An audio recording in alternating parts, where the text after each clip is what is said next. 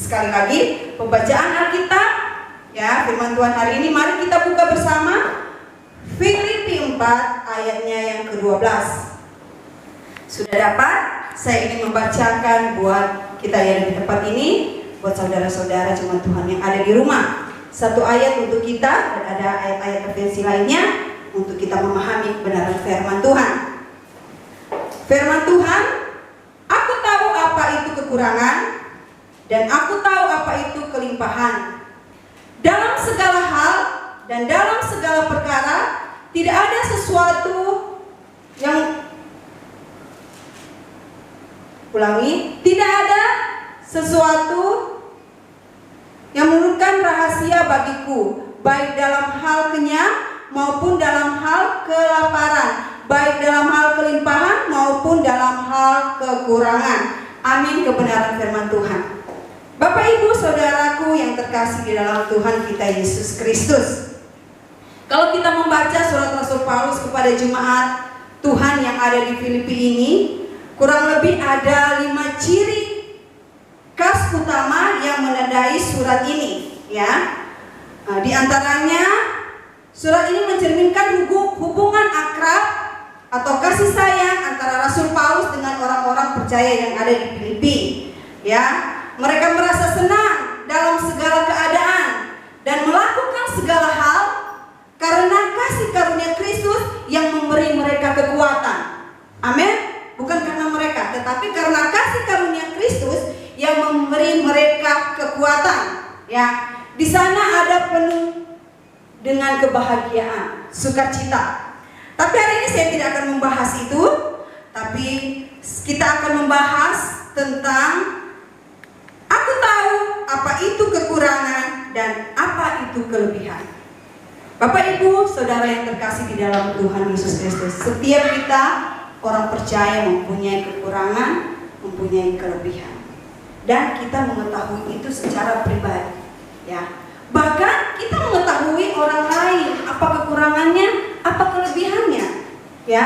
Tetapi terlebih dahulu kita harus mengetahui diri kita, apa yang menjadi kekurangan di dalam diri kita, dalam hidup kita, dan apa yang menjadi kelebihan yang ada di dalam hidup atau diri kita. Baru kita ya bisa dikatakan, bisa melihat misalnya, oh Aldo kelebihannya ya main keyboard gitu ya, Ibu Jemima bisa memimpin pujian dan lain sebagainya. Dalam hal ini Bapak Ibu jemaat Tuhan yang diberkati Tuhan, setiap kita anak-anak Tuhan tidaklah boleh, ya perhatikan, tidaklah boleh atau dilarang, ya dilarang keras, ya untuk menggantungkan hidupnya pada dunia ini, ya. Orang-orang percaya selalu disarankan jangan menggantungkan hidupmu di dunia ini. Hidup kita di dunia ini, ya, sangat berubah-ubah, ya. Ya, hidup kita, keadaan kita di dunia ini berubah-ubah. Tetapi yang kita ini yang sudah memberikan hidup kita kepada Tuhan, jemaat-jemaat Tuhan, orang-orang percaya yang sudah memberikan hidup kepada Tuhan, itulah yang tidak berubah. Allah kita tidak berubah dari dulu, sekarang, sampai selama-lamanya. Sampai dia datang kali yang kedua, dia tidak pernah berubah. Kita sering menyanyikan lagu, saya ingat, Tuhan Yesus tidak berubah, tidak berubah, tidak berubah. Tuhan Yesus tidak berubah, tidak berubah selama-lamanya. Amin. Ya, kita selalu menyanyikan pujian ini. Kenapa? Atau mengapa? Jemaat Tuhan yang diberkati Tuhan, karena keuntungan dan kerugian, kesuksesan dan kegagalan, ya perhatikan, kesehatan dan kesakitan, kekurangan dan kelimpahan adalah bukti bahwa perubahan-perubahan di dalam dunia ini yang kita jalani sehari-hari. Betul? Atau benar? Kita terkadang sakit, benar? Ya, dalam hidup kita merasa kadang mengalami keberhasilan, mengalami kegagalan, ya, anak-anak di sekolah bisa berprestasi di semester pertama, semester kedua bisa aja mereka gagal, ya. Itulah perubahan-perubahan yang kita jalani di tengah-tengah kehidupan ini. Tanpa kita sadari, kita kehilangan sukacita. Kita kehilangan sukacita, atau kita kehilangan iman, pengharapan dan kasih kita kepada Tuhan dan kepada sesama kita. Jika apa? Kita bergantung kepada dunia ini. Kalau kita sering mengatakan hidup di dunia ini, artinya kita memandang yang dunia-dunia saja, kita akan merasa gagal. Kita melihat orang lain berhasil dan kita merasa gagal, di situ kita hilang kepercayaan. Iman percaya kita hilang. Kok dia bisa, saya nggak bisa? Dan kita mulai melakukan cara-cara dunia, ya. Maka kita tanpa kita sadari, pengharapan kita di dalam Tuhan kita lupakan. Karena apa? Kita terlalu bergantung penuh ke apa yang ada di dunia ini. Bergantung kepada dunia sekarang ini, kita tidak lagi berjalan bersama Yesus.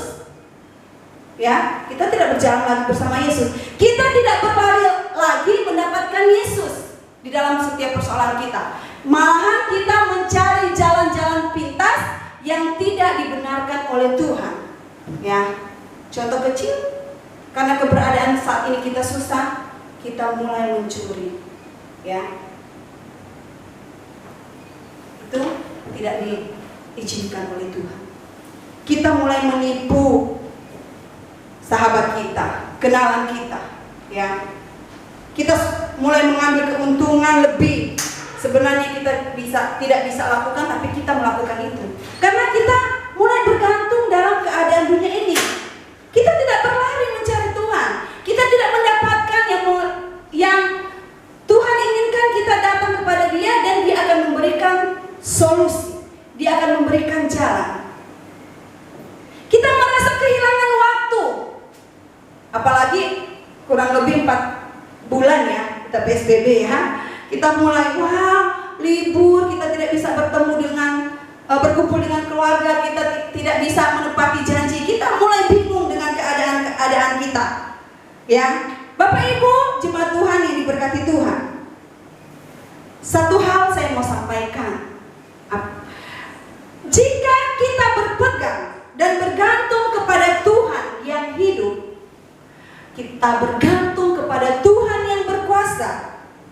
Sumber dari pengharapan kita itu, pengharapan kita sebagai orang-orang percaya, kita dapat berkata, kita dapat beriman seperti tokoh-tokoh iman yang dituliskan di dalam kebenaran firman Tuhan. Ada Bapak Abraham, kita tahu dengan imannya yang dahsyat. Ya, ada Habakuk, diceritakan di sana betapa imannya yang luar biasa. Perempuan yang 12 tahun mengalami pendarahan, luar biasa imannya. Orang Samaria, ya, atau pegawai istana di Kapernaum, dan cerita tentang tokoh iman. Ayub, di mana kita tahu bersama apa yang terjadi. Saat ini belum ada penderitaan yang dialami oleh seorang tokoh Ayub yang diceritakan di dalam kebenaran firman Tuhan. Ya, saya mau kutip Ayub 1 ayatnya yang ke-21. Boleh jemaat Tuhan buka, di rumah boleh membuka. Saya ingin membacakan firman Tuhan ini untuk kita semua, sahabat FB yang saya kasihi di dalam Tuhan kita Yesus Kristus. Ayub 1 ayat 21. Dengan telanjang aku keluar dari kandungan ibuku, dengan telanjang juga aku akan kembali ke dalamnya. Tuhan yang memberi, Tuhan yang mengambil. Iman yang luar biasa. Kalau kita mau bergantung penuh kepada Tuhan, sumber pengharapan saya dan saudara, kita boleh memperkatakan iman-iman yang luar biasa. Ya, sebesar biji sesawi, Bapak Ibu. Apa yang dikatakan oleh firman Tuhan, kita bisa lega, kita bisa sukacita, apalagi kita melebihi dari biji sesawi iman kita. Saya lupa membawa, sebenarnya di bawah ada biji sesawi yang saya memberi contoh. Dia sangat kecil sekali ya. Kita mungkin lebih dari itu. Saya tidak bisa mengukur iman Aldo, Jemima atau jemaat Tuhan yang ada di rumah. Tapi saya percaya saat kita di dalam Tuhan, kita melebihi dari perumpamaan biji sesawi ini, Bapak Ibu. Tapi dalam keadaan sekarang, kenapa kita tidak berani mengungkapkan sukacita? Kenapa kita tidak berani memiliki iman seperti air? Bapak Ibu, saudara yang terkasih di dalam Tuhan kita Yesus Kristus. Aku tahu apa itu kekurangan, dan aku tahu apa itu kelimpahan. Membuktikan bahwa tidak ada yang tetap di dunia ini. Amin. Tidak ada yang tetap di muka bumi ini, di kolong langit ini tidak ada yang tetap. Ya, berubah-ubah. Hanya Tuhan Yesus yang tidak pernah berubah. Saya ingin membacakan Pengkhotbah 3 ayat 1. Kita buka Pengkhotbah 3 ayat 1. Coba Bapak Gembala bisa membantu saya untuk membacakan Pengkhotbah 3 ayat 1 dan seterusnya bisa. Itu berbicara tentang waktu. Segala sesuatu ada masanya. Bapak Gembala boleh bacakan buat kita.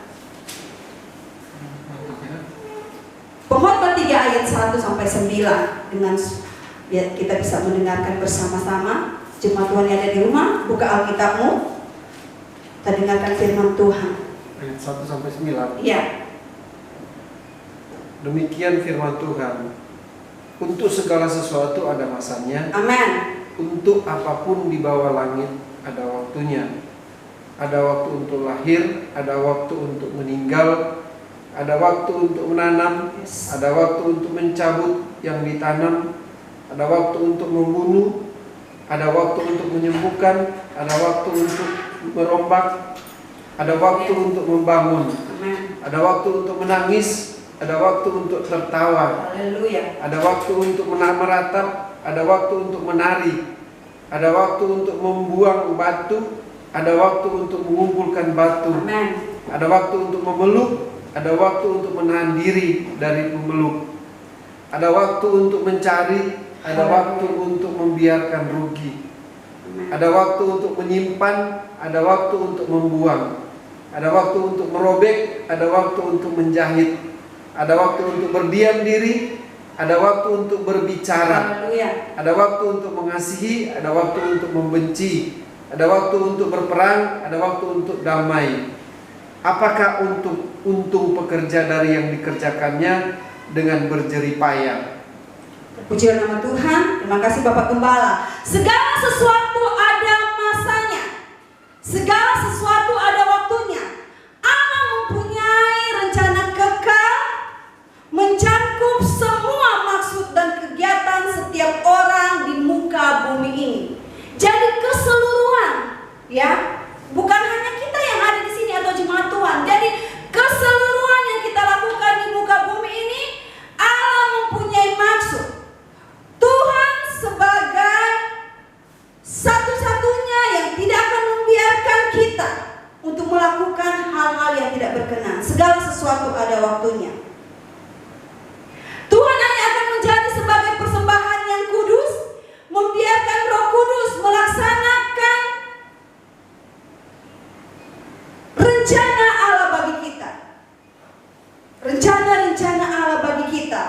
Dan berhati-hatilah agar kita tidak keluar dari kehendak-kehendak Allah. Tadi semua waktu-waktunya itu dari tadi dibacakan oleh Bapak Gembala Pengkhotbah 3 ayat 1 dan 9. Saya dengar tadi ada waktunya untuk memeluk dan ada waktunya tidak untuk memeluk. Sekarang waktunya kita untuk tidak berjabat tangan. Ya. Jadi mungkin kelihatan cuek. Ibu Jemima datang, shalom, saya tidak bisa berjabat tangan. Shalom, silakan duduk. Gitu. Ada waktunya. Sudah dicatat oleh kebenaran firman Tuhan. Ya, Bapak Ibu saudara yang dikasih di dalam Yesus Kristus, berhati-hati agar kita tidak keluar dari kehendaknya Allah, sehingga kita justru kehilangan waktu dan maksud yang ditetapkan Tuhan bagi hidup kita. Kalau saat ini kita belum bisa berjabat tangan, tidak masalah. Bukan sesuatu yang harus dipermasalahkan.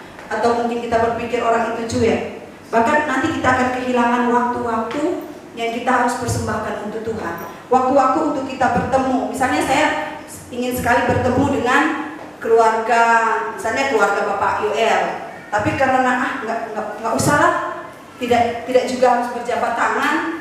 Tidak, kita akan kehilangan waktu-waktu itu. Ya, Bapak Ibu jemaat Tuhan yang diberkati oleh Tuhan. Raja Salomo mengungkapkan bahwa tidak ada yang tetap di dunia ini. Amin. Segala sesuatu ada masanya, kata firman Tuhan yang sudah dibacakan oleh Bapak Gembala tadi. Aku tahu apa itu kekurangan, aku tahu apa itu kelimpahan. Berimanlah kepada Allah. Berimanlah kepada Allahmu yang tidak pernah berubah. Maliaki 3 ayat 6. Kita buka di sana apa yang dikatakan di dalam Maliaki 3 ayat 6. Jemaat Tuhan boleh membukanya, Bapak Gembala kembali boleh membacakan buat kita semua. Ya, kita akan melihat. Aku tahu apa itu kekurangan dan aku tahu apa itu kelebihan.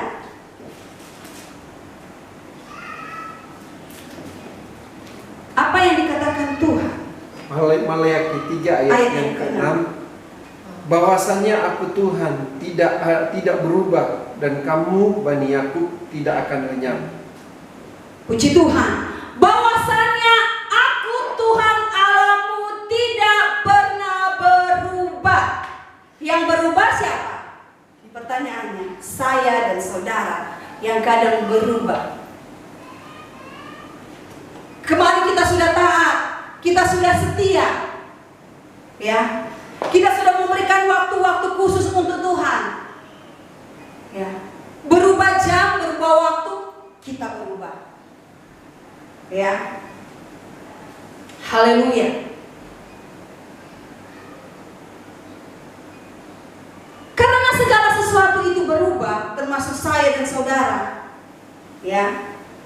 Kata firman Tuhan, hanya Tuhan Yesus yang tidak berubah. Untuk kita tidak berubah, kita harus berlari kepada Yesus yang tidak pernah berubah dalam kehidupan. Kita harus menjadi orang yang percaya, yang benar-benar beriman kepada Tuhan. Milikilah iman, iman yang tahan uji. Milikilah ketekunan, karena kita akan mendapatkan hasil dari iman yang tahan uji ini. Akan melihat